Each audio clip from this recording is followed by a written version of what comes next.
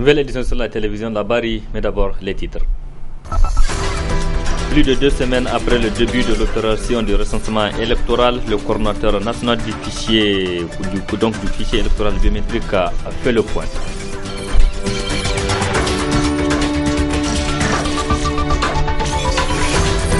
Célébration ce jour de la journée internationale des réfugiés à travers le monde. Précision dans ce journal.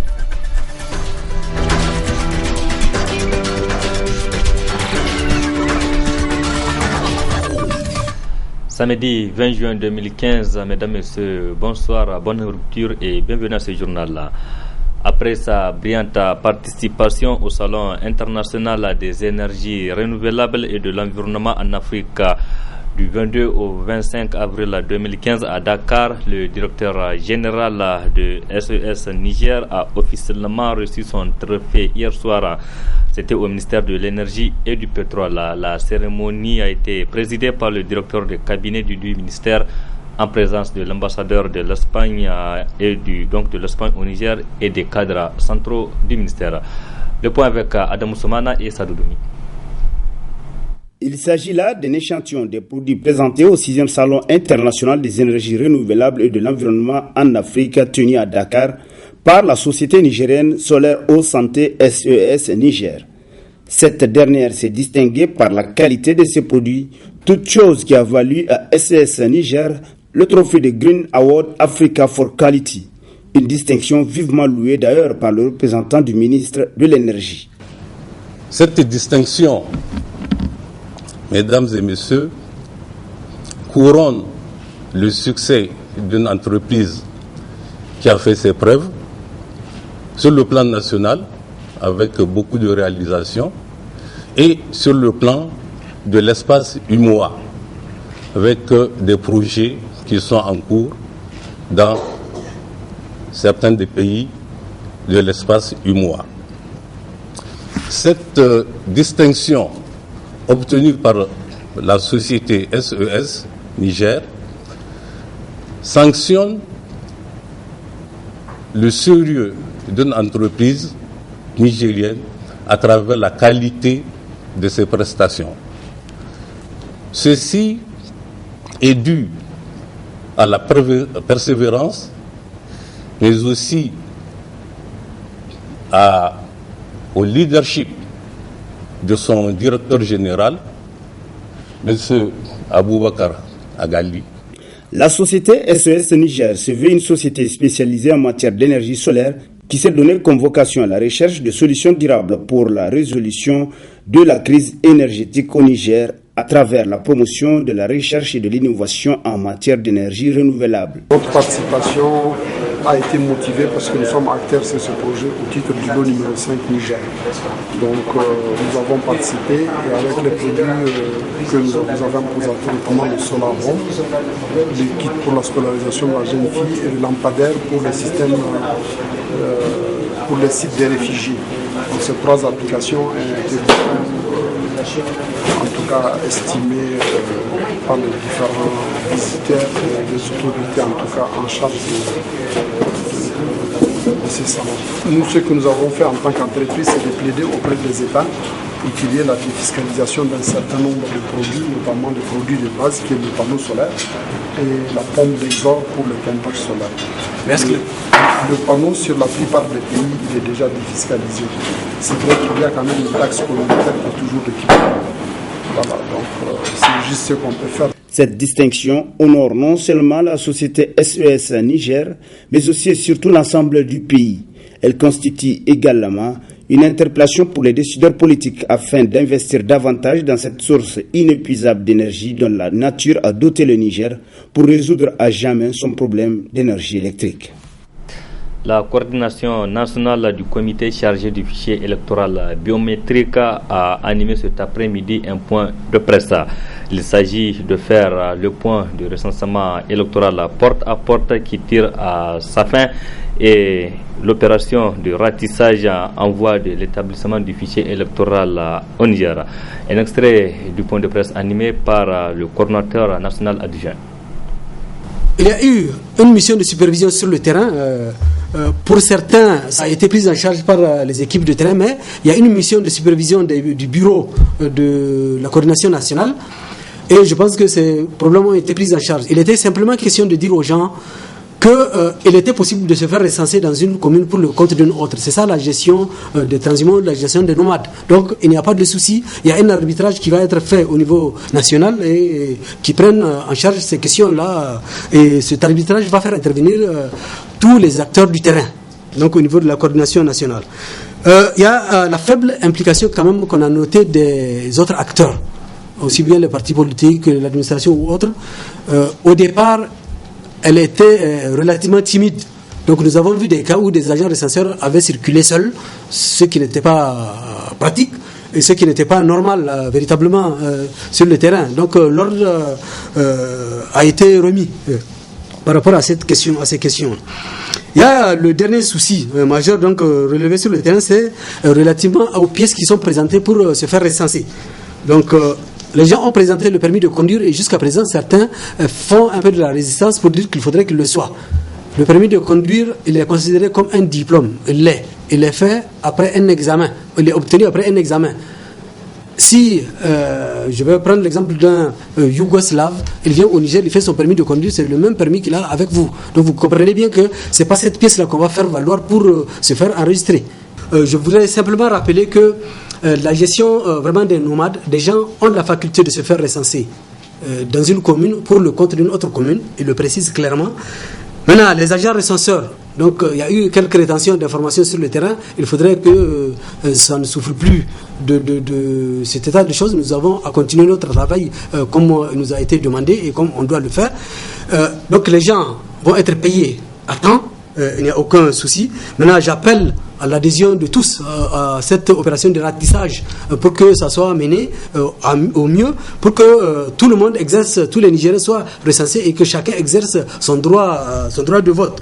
Et nous demandons aussi que les différents acteurs, que chacun vraiment joue sa partition. Nous n'avons pas besoin de revenir sur quelques détails que ce soit, mais chacun sait qu'il doit jouer sa partition et qu'il en soit ainsi.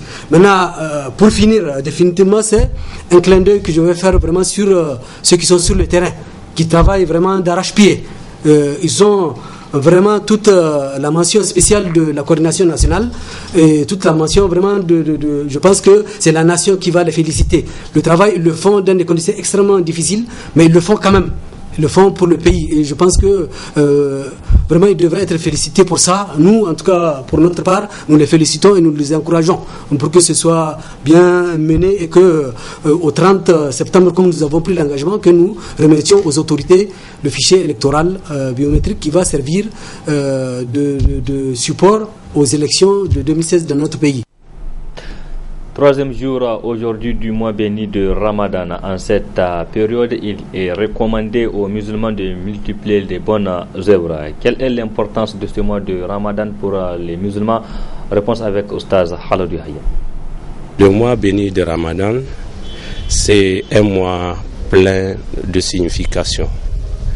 Et c'est un mois qui revêt beaucoup d'intérêt pour les musulmans. L'objectif assigné à ce mois par Allah subhanahu wa ta'ala pour les fidèles, et il faudra rappeler qu'ils ont fait 11 mois sans le mois béni de Ramadan. Donc le mois béni de Ramadan vient purifier les croyants. Et Allah subhanahu wa ta'ala a dit nous avons prescrit le jeûne, et comme nous l'avons prescrit à ceux qui ont existé avant vous, l'objectif primordial c'est celui de vous purifier. Donc à travers ce verset, il a lieu de comprendre que beaucoup de prophètes avant le prophète Mohammed sallallahu alayhi wa sallam ont observé le jeûne, et beaucoup de communautés aussi et même d'idéologie observent le jeûne. Mais le jeûne du mois béni de Ramadan, c'est un jeûne et d'adoration d'Allah subhanahu wa ta'ala qui a une signification profonde, donc très différente des jeunes de certaines idéologies qui consistent à mortifier uniquement le corps pour avoir une certaine bravoure ou pour avoir cultivé une certaine rigueur. Le jeune mois béni de Ramadan a beaucoup d'intérêt puisqu'il nous canalise à observer scrupuleusement et pendant la journée le jeûne et observer l'abstinence scrupuleusement. Et là, et ça nous renvoie dans beaucoup de comportements et ça nous renvoie dans beaucoup de rapports. D'abord, ficeler bien le rapport avec Allah subhanahu wa ta'ala en jeûnant pendant la journée, mais aussi à observer les autres rapports. Il faut garder les liens de parenté, surtout à partir des deux géniteurs. Il faut s'occuper d'eux, parce que Allah subhanahu, le prophète Mohammed sallallahu alayhi wa sallam a dit: La yadkhulul jannati au rahma, n'entrera pas au paradis celui qui coupe le lien de parenté. Il faudra également songer à gérer les relations avec les autres, qu'ils soient parents ou pas, nos collègues, nos voisins, mais aussi les nécessités. Donc, à ce niveau, on comprend que l'idée et l'observation du mois béni de Ramadan fait intervenir un autre facteur. Les dépenses doivent être faites à cause d'Allah subhanahu wa ta'ala et l'esprit de partage doit être bien cultivé. Mais surtout en entreprenant un commerce, il faut songer à aider les autres à travers ce commerce, en réduisant les produits ne serait-ce que des premières nécessités. Et tout l'ensemble des composantes de la communauté a un rôle à jouer. Individus, hommes ou femmes, pouvoir, autorité, tout celui qui a une certaine capacité. Ce mois béni de Ramadan est une période aussi de forte consommation de produits, de divers produits. Mais pour éviter tout risque sanitaire et pour bien entretenir l'organisme, les nutritionnistes conseillent d'insister sur les produits qui peuvent apporter un plus hydrique à l'organisme. Précision avec le spécialiste des maladies de la nutrition, Kangai Sadou. Un afflux sur le marché et puis bon, c'est une augmentation de la consommation des sucres, surtout les sucres rapides, les sucreries etc. Et une augmentation des matières grasses, les fritures, la viande frite, les poissons frits, etc., les beignets frits, etc., etc. Donc tout ceci, ça peut avoir des conséquences sur. Donc moi je pense que ça devrait plutôt être une période de réduction des apports et donc aussi une période de réduction des dépenses. Peut-être que nous ferions mieux de voir dans nos stocks ce que nous avons, en plus nous qui avons la chance de pouvoir en consommer toute l'année, de prendre une partie de stock pour donner aux pauvres tel que recommandé par la religion, au lieu d'aggraver notre consommation en allant sur le marché et entraîner une flambée de prix qui ne s'explique pas, parce que c'est une période qui devrait normalement correspondre à une réduction des apports. Et donc, ce qu'il faut faire sur le plan diététique, sur le plan nutritionnel, c'est d'insister sur l'apport hydrique. Parce que la privation journalière va entraîner donc la circulation au niveau du corps des résidus. Les résidus, donc pour permettre leur élimination par la voie urinaire et autres, il faudrait augmenter la consommation de l'eau à la rupture. Il faudrait augmenter la consommation de fruits et légumes qui ont cette qualité d'être des aliments nettoyeurs. En fait, si tu veux lutter efficacement contre le vieillissement de ton organisme, nettoyer ton corps, c'est d'augmenter ta consommation en fruits et légumes. Il faudrait également insister sur la consommation des produits laitiers, le lait et les produits laitiers, les yaourts et comme ça. Ce samedi 20 juin 2015 est une journée pour les réfugiés. Cette année, ils sont estimés à près de 60 millions de personnes qui ont quitté leur pays ou leur zone d'habitation pour trouver refuge dans d'autres pays à cause notamment des guerres ou des autres conflits. Le Niger a également accueilli un nombre important de réfugiés du Nigeria. Asma National. La journée mondiale du réfugié revêt un sens tout particulier, surtout cette année 2015 où les déplacements forcés des populations sont les plus importants dans le monde depuis 1945. Selon le Haut Commissariat des Nations Unies pour les réfugiés, dans son rapport sur l'asile dans le monde, près de 60 millions de personnes étaient en 2014 déplacées dans leur propre pays, réfugiés ou demandeurs d'asile dans un autre pays. Jamais les réfugiés n'ont été si nombreux, affirme le Haut Commissariat des Nations Unies pour les réfugiés. L'agence de l'ONU parle d'un niveau record pour 2014. Une situation dramatique devant laquelle le HCR se déclare de plus en plus dépassé. La journée mondiale des réfugiés est organisée à l'honneur de ces réfugiés, demandeurs d'asile, personnes déplacées et des personnes de retour de leur pays du monde entier, et c'est pour saluer leur envie et leur espoir en une vie meilleure. À cette occasion, plusieurs activités et des actions visant à faire connaître la situation particulière et l'urgence dans laquelle se trouvent les réfugiés sont organisés. Ces déplacements forcés recouvrent de nombreuses situations très différentes et selon leur cause, ces 60 millions de personnes concernées verront leur cas examinés avec bienveillance ou défiance. En témoignage de solidarité avec l'Afrique, qui abrite le plus grand nombre de réfugiés et envers qui elle a toujours montré une grande générosité, l'Assemblée générale des Nations Unies a adopté la résolution 5576 le 4 décembre 2000. Dans cette résolution, l'Assemblée générale a noté que l'année 2001 marquait le 50e anniversaire de la Convention de 1955 relative au statut des réfugiés et que l'Organisation de l'Unité africaine avait accepté que la Journée internationale des réfugiés coïncide avec la Journée du réfugié africain du 20 juin. L'Assemblée générale des Nations Unies a décidé par conséquent qu'à compter de 2001, le 20 juin marquerait la journée mondiale des réfugiés. Ainsi, au Niger, entre 2014 et 2015, le pays a accueilli des centaines de réfugiés nigérians qui ont fui les attaques terroristes de Boko Haram dans le nord-est du Nigeria. La plupart de ces personnes sont recasées dans la région de Difa, frontalière avec l'État de Borno, fief de Boko Haram. Dans la région de Difa, les réfugiés du Nigeria sont installés sur plusieurs sites, notamment à Gagamari, Kablewa, Sayam et Goudoumaria, où ils sont assistés par des organismes humanitaires et le gouvernement nigérien. En février dernier, les attaques de Boko Haram de la région de Difa ont provoqué le déplacement massif de la population de la région vers l'ouest du pays, notamment dans la région des Anders. Oui, cette année a battu le record du nombre de personnes réfugiées ou déplacées dans le monde selon les organismes humanitaires. Plusieurs événements sur le plan politique, social et sécuritaire sont à l'origine de l'accroissement du nombre de personnes réfugiées dans le monde. Suivant cette analyse de l'altermondialiste Maman Sani. S'il y a un accroissement du nombre de réfugiés, c'est particulièrement parce qu'il y a une multiplicité de crises. Vous n'êtes pas sans savoir que le monde traverse une crise multidimensionnelle, à la crise économique et financière que l'on connaît, dans laquelle se débattent les pays européens et occidentaux de façon générale. Il y a la crise alimentaire qui nous concerne, les crises climatiques même, si on peut le dire.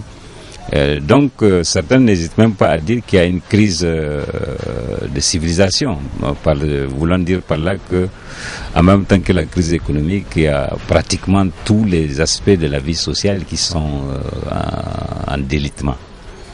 Alors dans ces conditions, c'est normal qu'il y ait un afflux, un accroissement de réfugiés.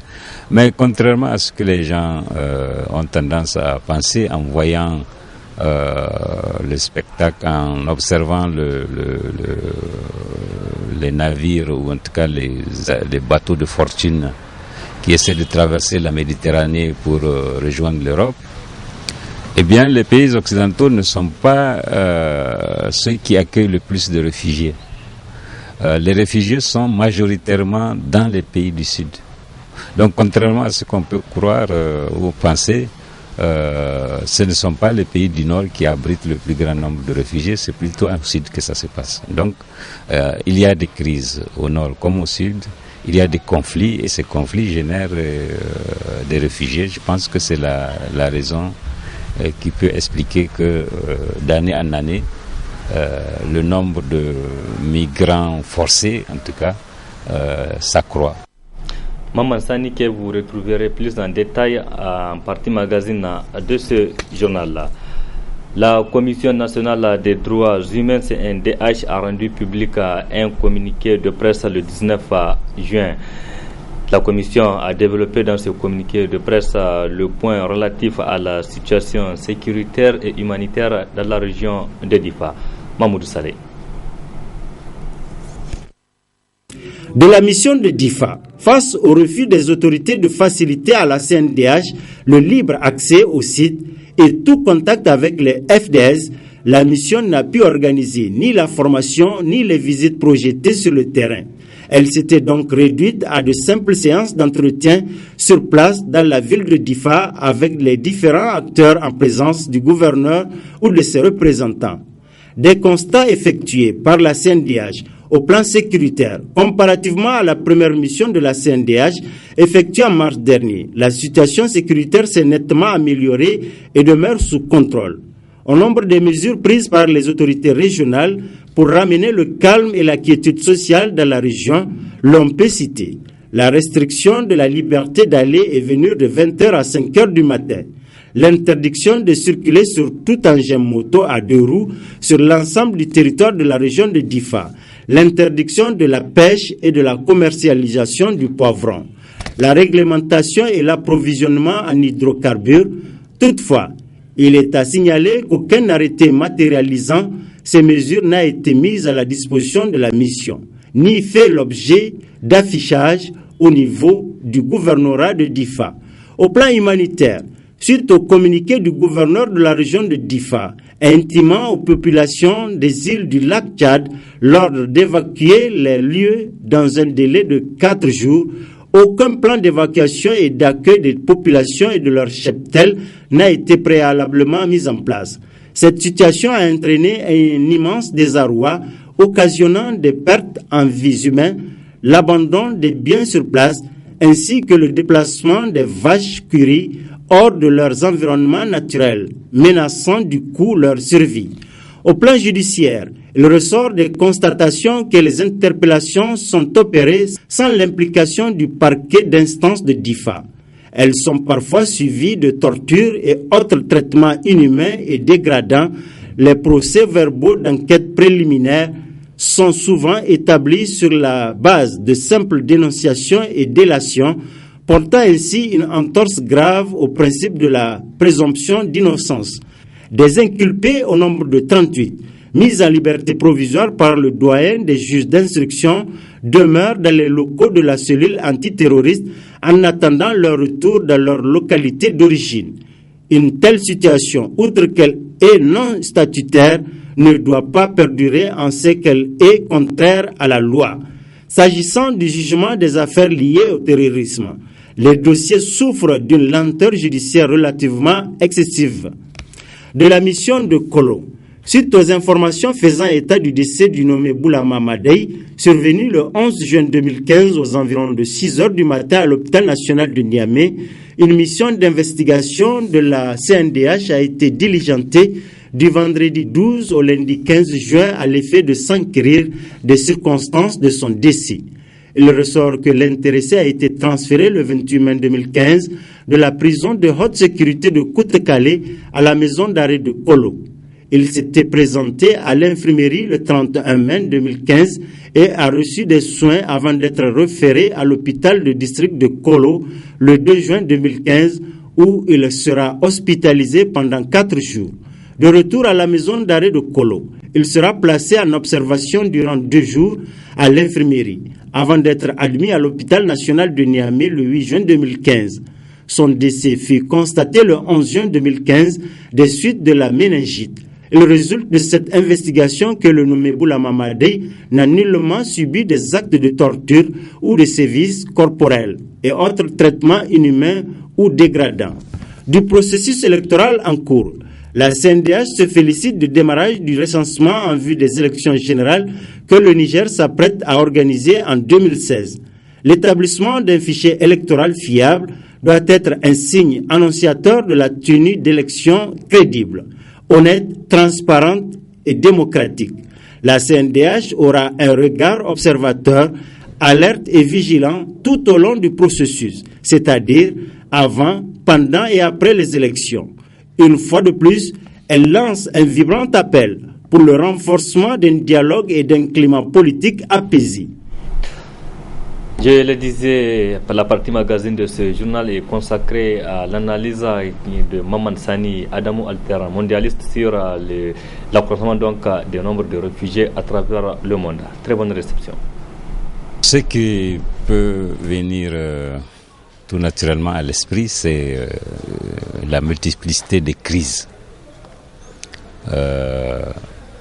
Chaque fois qu'il y a une crise, il y a forcément des personnes qui se sentent menacées. Il y a des crises politiques, il y a des crises économiques et sociales, il y a des guerres. Il y a beaucoup de raisons qui peuvent faire craindre à certaines personnes pour leur sécurité ou leur vie, et donc les amener à vouloir se déplacer pour chercher un lieu, en tout cas, où ils peuvent être à l'abri. Donc à quitter les frontières de leur pays pour trouver un refuge, un asile, etc. Donc s'il y a un accroissement du nombre de réfugiés, c'est particulièrement parce qu'il y a une multiplicité de crises. Vous n'êtes pas sans savoir que le monde traverse une crise multidimensionnelle. À la crise économique et financière que l'on connaît, dans laquelle se débattent les pays européens et occidentaux de façon générale. Il y a la crise alimentaire qui nous concerne, les crises climatiques même, si on peut le dire. Donc certains n'hésitent même pas à dire qu'il y a une crise de civilisation, voulant dire par là que en même temps que la crise économique, il y a pratiquement tous les aspects de la vie sociale qui sont en délitement. Alors dans ces conditions, c'est normal qu'il y ait un afflux, un accroissement de réfugiés. Mais contrairement à ce que les gens ont tendance à penser en voyant le spectacle, en observant les navires, ou en tout cas les bateaux de fortune qui essaient de traverser la Méditerranée pour rejoindre l'Europe, eh bien les pays occidentaux ne sont pas ceux qui accueillent le plus de réfugiés. Les réfugiés sont majoritairement dans les pays du Sud.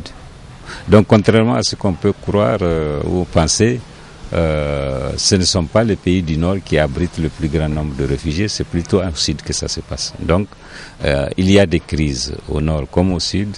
Il y a des conflits et ces conflits génèrent des réfugiés. Je pense que c'est la raison qui peut expliquer que d'année en année, le nombre de migrants forcés, en tout cas, s'accroît. L'intervention en Libye, ou plutôt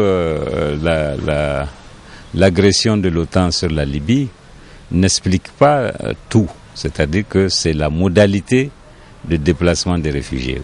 Le régime de Kadhafi avait au moins partagé avec l'Occident le souci de contrôler, de limiter les passages de clandestins en direction du Nord, c'est-à-dire donc de l'Europe.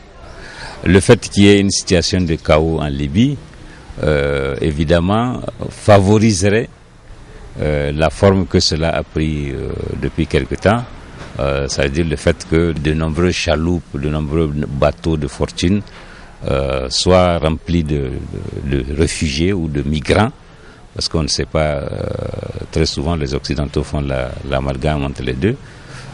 Il y a des migrants, il y a aussi des réfugiés qui tentent de rejoindre les pays européens. Et donc, on ne peut pas dire véritablement que ça a été la cause principale de l'afflux des réfugiés, mais ça a y contribué. Et ça a surtout contribué dans la manière dont se pose le problème. Sinon, même quand il y avait le régime de faim, il y avait quand même des gens qui partaient clandestinement. Mais du fait qu'il n'y a aucune autorité constituée à l'échelle du territoire libyen, évidemment, ça facilite le trafic en tout genre. Ça facilite, pour les passeurs, c'est une opportunité qu'ils trouvent. Mais on ne peut pas véritablement expliquer, comme je l'ai dit, l'afflux des réfugiés par la crise libyenne. C'est toutes les crises que le monde connaît qui sont à la base de cette situation. Disons que de tout temps, les ressortissants d'Afrique au sud du Sahara ont tendance à aller à travers la Libye pour rejoindre l'Europe. D'autres passent à travers le Maroc pour rejoindre l'Espagne. Ce qui explique que la Libye soit un sujet de préoccupation pour les pays de l'Union européenne, c'est le fait que les passeurs opèrent en toute impunité. C'est-à-dire le fait qu'il n'y ait aucune autorité pour faire cela. Vous savez que l'Union européenne a tendance à faire déplacer ses frontières jusque dans nos pays. C'est-à-dire de sorte que nous sommes devenus des supplétifs de l'Union européenne pour traquer un peu partout les candidats à la migration. Et comme la Libye, du fait de l'agression de l'OTAN, se trouve dans une situation de décomposition où l'État n'existe pratiquement pas, évidemment ça a permis à tous ces passeurs-là de venir travailler plus sûrement. Il est plus facile de partir à travers un pays où il n'y a pas d'autorité qui contrôle que de passer par la Tunisie ou d'autres pays.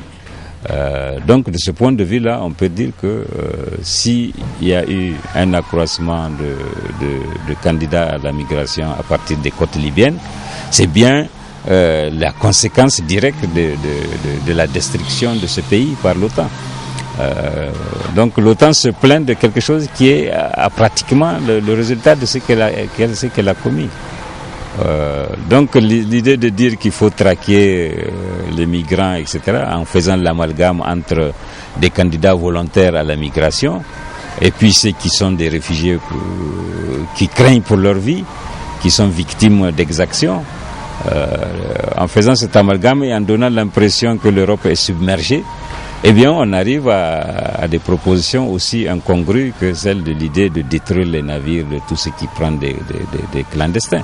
Bon, donc je pense que ce n'est pas la réalité. La réalité, c'est que le grand nombre de réfugiés, ça se trouve au sud. La migration en général, l'Europe n'est pas la principale destination de migration. Le plus grand nombre de migrants se trouve encore dans les pays du sud. C'est-à-dire que il y a beaucoup plus de propagande que de faits avérés.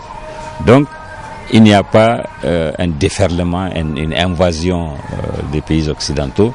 Le nombre de réfugiés est très faible et très insignifiant d'ailleurs. Deuxièmement, on ne peut pas, à partir de ce que l'OTAN a fait en Libye, responsabiliser quelqu'un pour l'opportunité que les passeurs, qui ne sont même pas des Libyens, qui sont le plus souvent occidentaux, ceux qui organisent ce trafic-là sont le plus souvent des occidentaux, et donc on ne peut pas dire que c'est eux qui sont à l'origine d'un problème. Non, l'origine du problème, c'est qu'il y a un État qui a été détruit.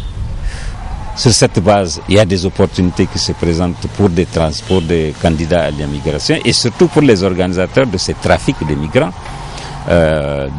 d'opérer en toute impunité. On ne peut pas donc dire, on peut pas inverser la situation et dire que la situation de la Libye a produit. Non, c'est plutôt l'inverse qui s'est constitué.